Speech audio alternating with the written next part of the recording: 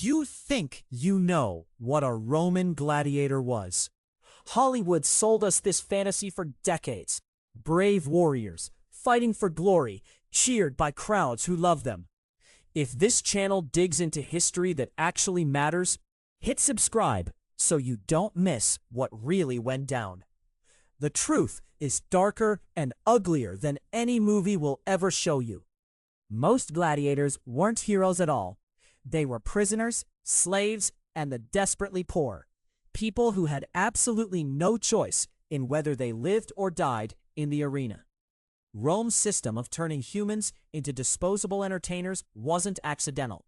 It was engineered, it was deliberate, and it worked so brutally well that Rome never ran out of fresh bodies to throw into the sand. Let's start with the most uncomfortable truth: slavery. The vast majority of gladiators in Rome's golden age were enslaved people. Not all of them were conquered in foreign wars, though plenty were. Some were born into slavery on Roman estates. Others were purchased from slave traders who dealt in human cargo across the Mediterranean. Once you were enslaved in Rome, your life wasn't yours anymore. Your master owned you completely, and if that master wanted to turn you into a gladiator, you had zero say in it. This wasn't a career path you chose. It was a sentence handed down like a death penalty.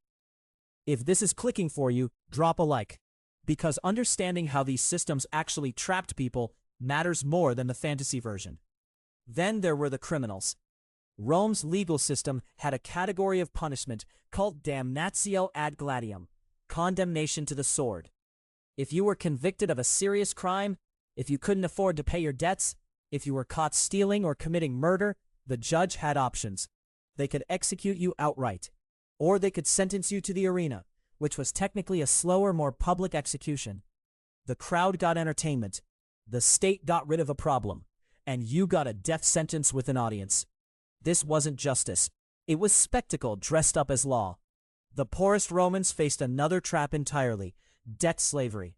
If you owed money you couldn't repay, and most poor Romans lived hand-to-mouth, you could be seized and sold to cover what you owed. Some of those desperate people sold themselves voluntarily into the gladiator schools, called Ludus, because at least the Ludus fed them. At least they'd have a roof. That's how bad poverty was in Rome. Starving on the streets was worse than signing away your life.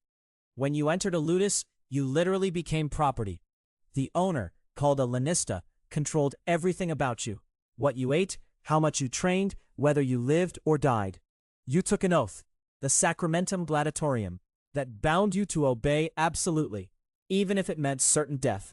That oath was sacred. Rome's military also fed the system. War created prisoners of war. When Rome conquered territory, they didn't just execute everyone, they enslaved them. Tens of thousands of conquered warriors and civilians poured into the slave markets after each campaign. Many ended up in the gladiator schools. Your choice was simple: accept slavery or face execution. Some of Rome's most famous gladiators came from these conquered populations. They were traumatized people, forced to fight against each other for the amusement of the very empire that had destroyed their homes. The system was actually a genius trap from Rome's perspective. By making gladiators out of slaves, criminals, and the desperately poor, Rome ensured a steady, endless supply. There was always another slave. There was always another debtor. There was always another criminal to sentence. The arena could run constantly, and Rome never had to worry about running out of fighters. The lanistas had powerful incentives to keep the supply flowing. They were contractors, essentially. The state would rent fighters from them for specific games. The bigger the ludus, the more contracts they'd win. The more famous their fighters, the more money they'd make. So the lanistas pushed harder, recruited more aggressively, and pushed their enslaved fighters harder in training, because they knew there'd always be replacements. This created a relentless machine. Young men entered the ludus thinking maybe they'd survive, maybe they'd earn their freedom someday, maybe they'd become famous and wealthy like the rare few who did. But statistically, most wouldn't. Most would die in the sand within their first few years of fighting. The system didn't care. There was always another body. That's the brutal recruitment trap Rome built. It wasn't about finding warriors willing to fight. It was about finding people with no options, no power, and no escape. It was about turning human desperation into entertainment and building a legal and economic system that guaranteed the supply would never run dry. This is what set the stage for what actually happened once they stepped into the arena. But once the gates opened, the arena became something far worse than any battlefield. The gladiator didn't just face one opponent, he faced a gauntlet. Multiple fighters, sometimes in succession, sometimes all at once. The crowd didn't want a quick, clean death. They wanted spectacle, they wanted blood, they wanted to watch a man pushed past every limit until his body simply couldn't continue. And the moment a gladiator fell, the real horror began. A defeated fighter who couldn't get up faced a choice: hold out his finger and surrender, or die on the sand. But surrender wasn't mercy, it was a lottery. The crowd could vote to spare him, or they could vote for death. The editor, the wealthy man who funded the games, could overrule them either way. Some sources suggest they killed the losers anyway, just to keep the show moving. The body count was the point. The amphitheater wasn't a place of honor. It was an abattoir dressed up in marble and spectacle.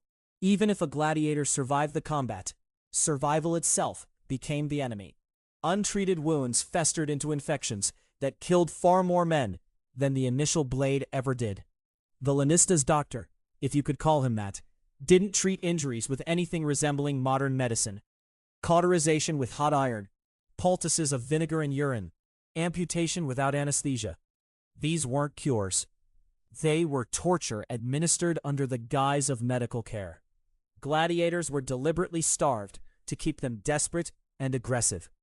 A malnourished body heals poorly, fights worse, and breaks faster. But hunger keeps a man willing to enter the arena.